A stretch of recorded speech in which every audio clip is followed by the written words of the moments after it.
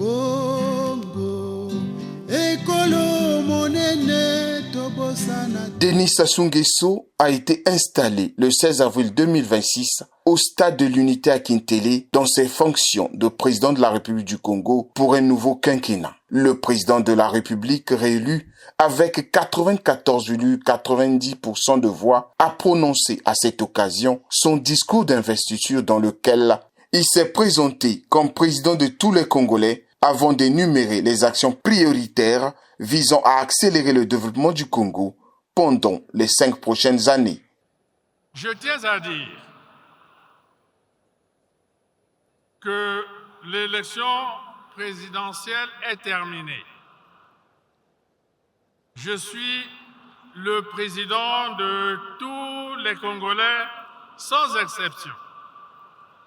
Qu'il nous faut continuer de construire ensemble notre cher et beau pays, le Congo, et accélérer la marche vers le développement.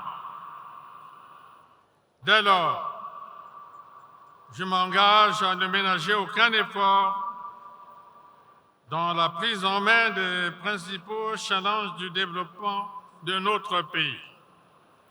Mes chers compatriotes, de la nouvelle espérance à ensemble poursuivons la marche en passant par le chemin d'avenir et la marche vers le développement.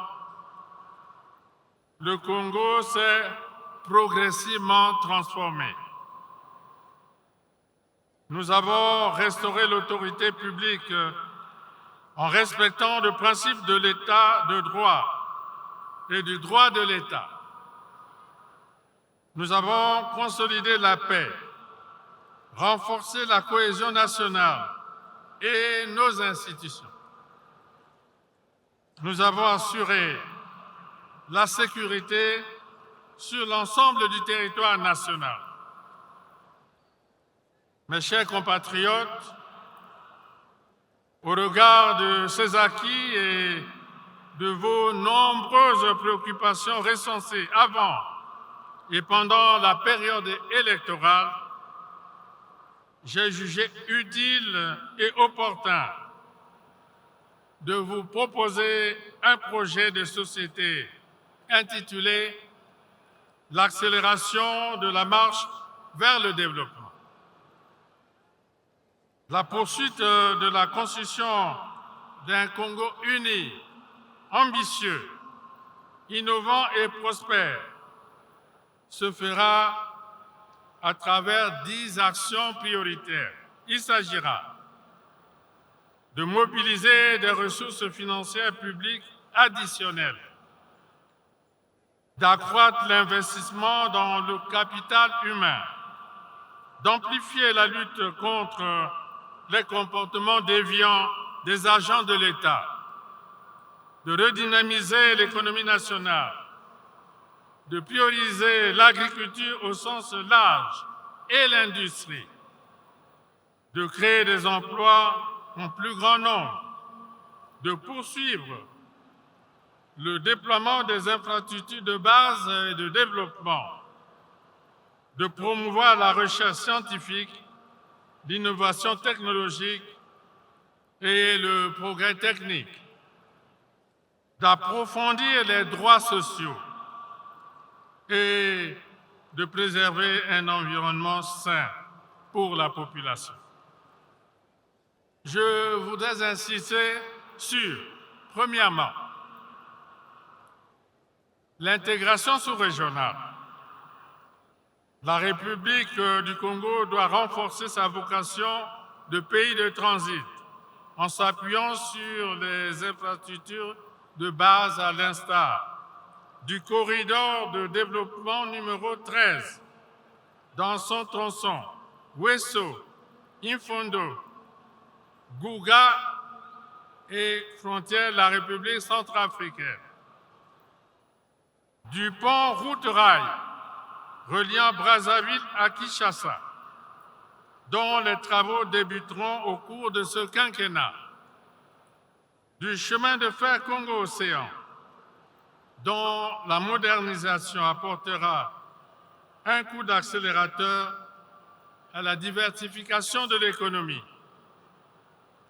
Des aéroports internationaux reliant le Congo au reste du monde, des ports maritimes et fluviaux qui alimentent le Congo et son hinterland en biens et services, affirmant sa vocation de pays de transit.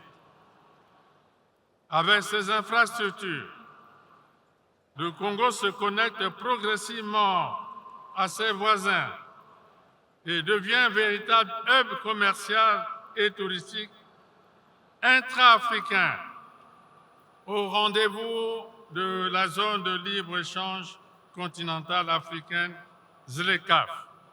Deuxièmement, la mise en œuvre effective des zones économiques spéciales et des industries extractives. Troisièmement, l'assainissement des grandes villes par des procédés modernes. Quatrièmement, l'exploitation minière réglementée par un nouveau code minier qui ne manquera pas de favoriser la création de nouvelles villes aux abords des zones industrielles.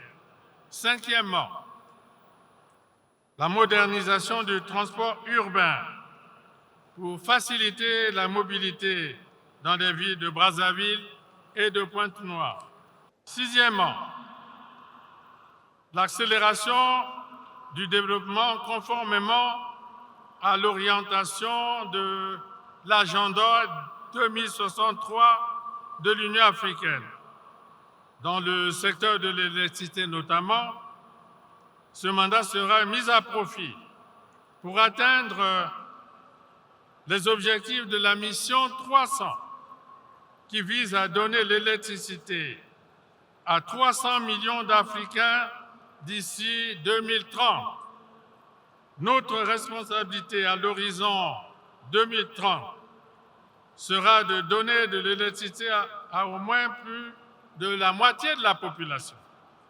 Cet objectif est soutenu par le Pacte national énergétique de la République du Congo, dont les 5 piliers projettent l'ambition du Congo de la prospection à la production de l'énergie. Septièmement, la desserte en eau potable par système de captage d'eau souterraine des zones non desservies. Huitièmement, l'arrimage des universités existantes et naissantes à la recherche scientifique, aux technologies nouvelles et à l'intelligence artificielle. Neuvièmement, la création accélérée d'opportunités d'emploi au profit des jeunes et des femmes dans le secteur de l'agriculture au sens large.